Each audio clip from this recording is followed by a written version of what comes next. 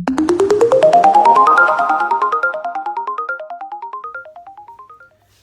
selamat pagi kelas 9. Bertemu lagi dengan Pak Hendrik di pelajaran seni budaya sub bidang seni rupa untuk tahun pelajaran kali ini. Hari ini anak-anak, materi kita sudah mulai berlangsung seperti sedia kala. Kita akan membahas seni lukis dan perkembangannya.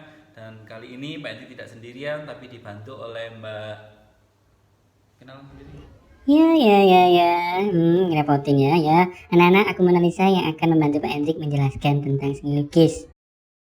Oke, nanti Pak Hendrik akan dibantu oleh Mbak Mona Lisa yang akan membantu kita menjelajah untuk materi seni lukis untuk tahun ini.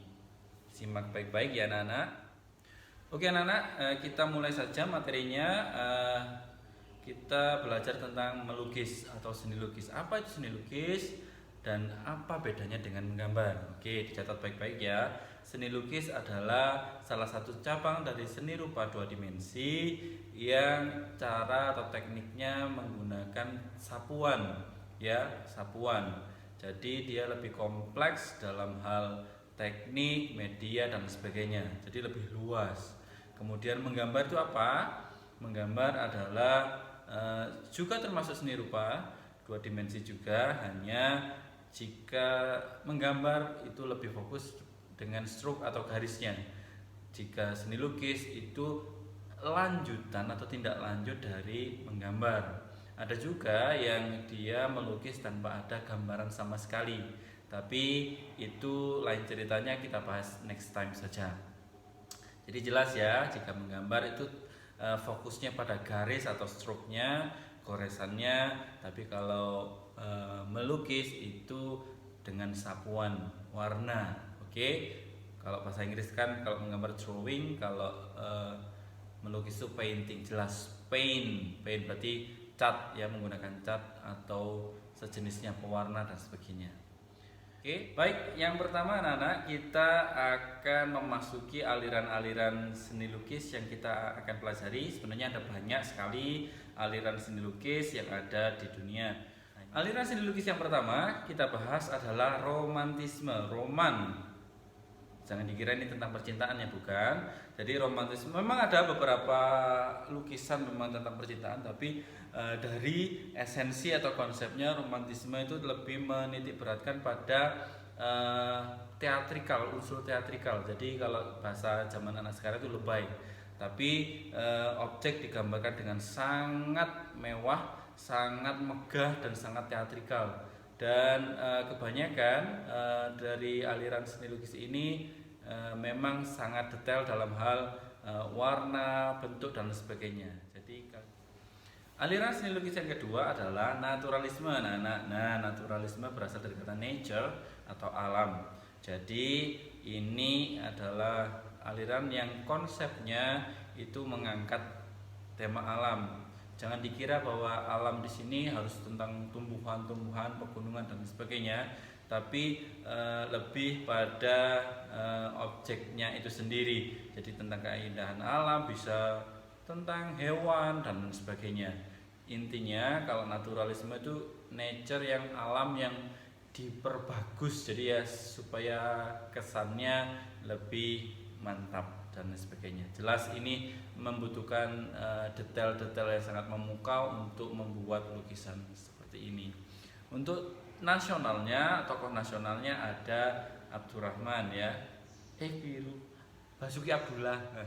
Aliran yang kedua ada realisme. Nah, realisme ini counter atau musuh dari naturalisme. Jadi kalau naturalisme terkesan kayak ya udah pemandangan tentang alam dan sebagainya. Jadi kesannya seperti diperbagus dan sebagainya.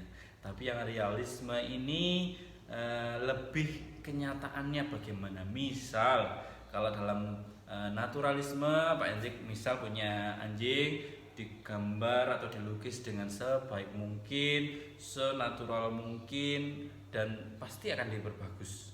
Tapi kalau realisme, misal dilukis ketika anjing itu sedang terluka, sedang ngantuk, sedang lapar, yang kalau dalam bahasa fotografi itu kayak candid seperti itu. Jadi apa adanya seperti itu. Realismenya seperti apa? Itulah aliran seni lukis realisme. Jelas di sini detail juga sangat mengagumkan anak-anak. Ada realisme, ada hyperrealisme dan sebagainya. Aliran yang keempat anak-anak adalah, ini termasuk favorit saya nih, aliran surrealisme. Ini adalah counter dari realisme. Kalau realisme itu kenyataan, kalau surrealisme dari kata sur artinya sur ya, artinya kan lebih, jadi melebih-lebihkan. Jadi aliran ini termasuk imajinatif sekali anak-anak. Jadi Pak Edi sangat suka ini karena ini berpikiran atau konsepnya out of the box.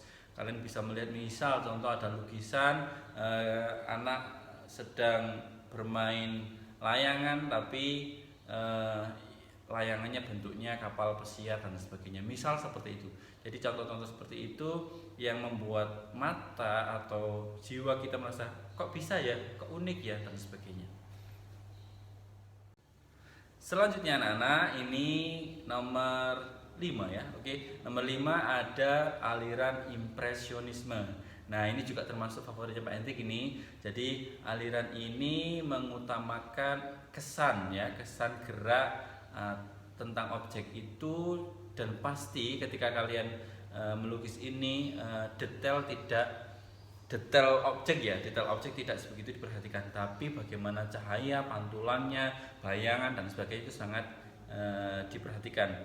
Dan aliran ini juga termasuk sangat unik anak-anak, karena ketika kalian zoom atau kalian dekat dengan objeknya atau lukisannya, kalian akan melihat seperti kabur atau blur seperti itu. Tapi kalau dari jauh, jarak jauh, aliran ini sangat unik dan bagus sekali. Dan selanjutnya anak-anak, ini ada aliran kontranya dari impresionisme, yaitu ekspresionisme. Dari kata expression berarti ini ekspresi bebas dari si pembuat karya atau pelukisnya. Ciri khasnya adalah kesan dari lukisan ini aut-autan, goresannya ngawur-ngawur ya. Jadi tapi masih jelas kelihatan itu objeknya apa. Nah, tokoh nasional yang mempunyai atau punya ciri khas dengan aliran ini ada Affandi almarhum ya, dan kalian bisa mengunjungi museumnya di Jawa Tengah. Oke anak-anak, aliran selanjutnya adalah Fauvisme. Nah, Fauvis itu artinya kalau dilihat dari sejarahnya ini artinya jalang ya, jalang. Karena pada masa itu masyarakat atau orang-orang di sana merasa bahwa sudah bosan dengan rutinitas dan bagaimana hasil karya zaman itu. Fauvis dari kata jalang atau buas ya. Jadi warnanya dari aliran lukisan ini sangat tajam. Jadi kalau kalian gemar desain grafis atau fotografi atau mungkin editing foto dan sebagainya, jika brightness hue saturation kalian fullkan, kalian akan mendapati warna kalian itu sangat mencolok ya, mencolok mata. Jadi aliran ini sangat unik anak-anak karena full of brightness, kontras dan sebagainya. Jadi warnanya bisa sesuka hati. Misal pohon biasanya warnanya coklat ya batangnya, itu bisa di warna kuning, bisa di warna oranye, bisa di warna hijau dan sebagainya. Pun dengan objek-objek lainnya yang keluar dari naturalnya. Jadi misal tangan Pak Hendrik ini warnanya coklat, bisa jadi kuning, bisa jadi pink dan sebagainya. Yang jelas ini sangat kontras. Yang selanjutnya anak-anak, ini ada aliran kubisme. Nah, kubisme ini aliran yang unik anak-anak. Kalau kalian pernah mendengar cerita Pablo Picasso ya, bapak kubisme, beliau selalu membuat karyanya dari penyederhanaan bentuk ya. Jadi kalau Pak Hendrik ini misal seperti ini, nah ini akan dibuat versi geometrisnya, jadi menyederhanakan. Mata bisa bentuknya kotak, bundar dan sebagainya, tapi masih bisa dikenali bahwa itu adalah objek yang digambar. Misal Pak Hendrik seperti ini ya, nah nanti dibikin kotak-kotak atau mungkin geometris. Pada awalnya memang kubisme itu fokus pada bentuk-bentuk geometris yang kotak-kotak seperti itu, tapi pada perkembangannya berbentuk seperti bangun-bangun datar dan sebagainya. Aliran yang selanjutnya anak-anak adalah futurisme. Nah, ini counter dari aliran kubisme. Kalau kubisme kesan yang ditimbulkan adalah statis atau diam. Tapi kalau futurisme ini kubisme yang bergerak. Nah, kalau kalian pernah lihat misal set. Nah, kayak seperti itu berarti itu termasuk aliran futurisme. Jadi ada multiple viewpoints atau aneka tampak ya. Jadi kayak set ya. Kalau zaman sekarang tuh kayak nge-lag gitu ya, kayak nge-lag dan sebagainya. Itu termasuk aliran futurisme. Oke, selanjutnya anak-anak, ini yang terakhir, aliran yang sangat benar-benar keluar dari pakem-pakem yang saya bicarakan tadi adalah aliran abstrak. Nah, abstrak ini pasti kalian sepertinya mudah ya, karena tinggal dicoret pasti itu abstrak gitu dan sebagainya. Karena di seni lukis sendiri tidak ada benar salah anak-anak, karena semuanya ekspresi itu bebas. Hanya karena dalam masa pendidikan kalian harus diberitahu mana yang naturalisme, mana yang kubisme dan sebagainya. Nah, abstrak ini anak-anak itu pasti kalian tidak bisa mengenali objek secara langsung. Kayak apa ya ini? Itu maksudnya apa ya coretan itu dan sebagainya. Biasanya aliran ini agak susah gampang dan sangat tidak mungkin untuk diduplikasi, karena coretan kalian atau cipratan atau mungkin goresan atau mungkin dan lain sebagainya tidak akan mungkin diulang, karena sifatnya benar-benar spontan, tapi jangan dibikin bahwa aliran ini gampang. Susahnya bikin aliran ini adalah gimana cara membuat abstrak yang bisa dinikmati orang. Nah, abstrak itu sepertinya gampang kalau kamu ngawur, tapi kalau kamu perhatikan betul-betul goresannya, cipratannya, warnanya, teksturnya, itu akan menjadi salah satu karya yang akan sangat bagus anak-anak. Oke anak-anak, selanjutnya kita akan berbicara tentang teknik yang akan kita bahas bersama Mbak Veronica. Selamat bergabung dengan saya, Mona Lisa. Mona Lisa yang akan menjelaskan secara jelas, detail bagaimana teknik-teknik yang akan kita pelajari di kelas 9 ini. Halo anak-anak yang terkasih, bersama saya sekarang dengan Mona Lisa. Oke, teknik-teknik yang akan kita pelajari, simak baik-baik ya. Yang pertama anak-anak adalah teknik plakat. Nah, plakat di sini maksudnya jika cat kalian atau pewarna kalian itu menempel dan menutupi seluruh media kalian. Jadi tidak ada istilah tembus pandang, tapi benar-benar menutup secara sempurna. Yang kedua, tekniknya adalah akuarel. Jadi ini kebalikan dari plakat tadi. Akuarel itu maksudnya dia tembus pandang. Jadi dari kata aqua, jadi dia berair, dan air itu kan pasti transparan, tembus pandang dan lain sebagainya.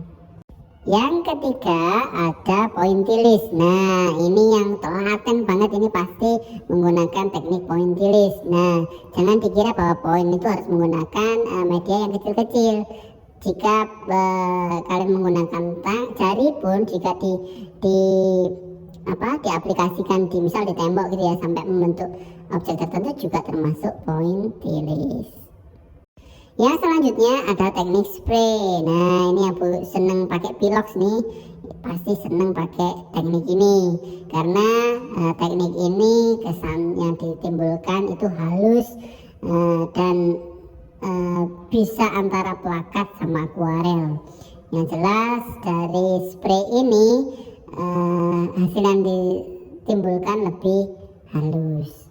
Teknik selanjutnya ada tempera. Nah, ini tempera, ini teknik yang menggunakan kuning telur sebagai bahan campuran cat. Nah, ini teknik ini sudah dikenal zaman dulu anak-anak untuk melukis di gereja-gereja atau di dinding-dinding supaya warna yang dihasilkan itu menempel dan mengkilat sempurna. Selanjutnya ada teknik basah. Nah, teknik basah ini jika kalian fokus menggunakan cat minyak. Nah, kalau kalian menggunakan cat minyak dengan minyaknya atau linseed oil, itu disebut dengan teknik basah. Selanjutnya, kebalikan dari teknik basah adalah teknik kering. Nah, jika kalian menggunakan cat minyak tanpa minyaknya atau linseed oilnya, itu disebut dengan teknik kering. Selanjutnya ada teknik campuran dari kering dan basah. Oke, bukan nyemak-nyemak lo ya. Jadi ada yang menggunakan linseed oil atau minyak catnya, ada yang tanpa menggunakan linseed oil. Yang terakhir anak-anak, ini ada teknik melukis mix media. Biasanya ini campuran dari beberapa teknik dan medianya. Jadi misal tekniknya plakat tapi menggunakan plastik, kemudian menggunakan daun dan menggunakan kain, atau dicampur-campur untuk menghasilkan karya yang unik. Dan ciri khasnya. Oke, sementara itu dari Pak Hendrik anak-anak, jika ada pertanyaan dan sebagainya bisa ditanyakan secara pribadi, dan kalian sekarang mempelajari materinya di Google Classroom, dan latihannya dalam bentuk Google Form nanti akan saya bagikan di Google Classroom. Oke anak-anak, salam sehat selalu, tetap berkarya, spirit of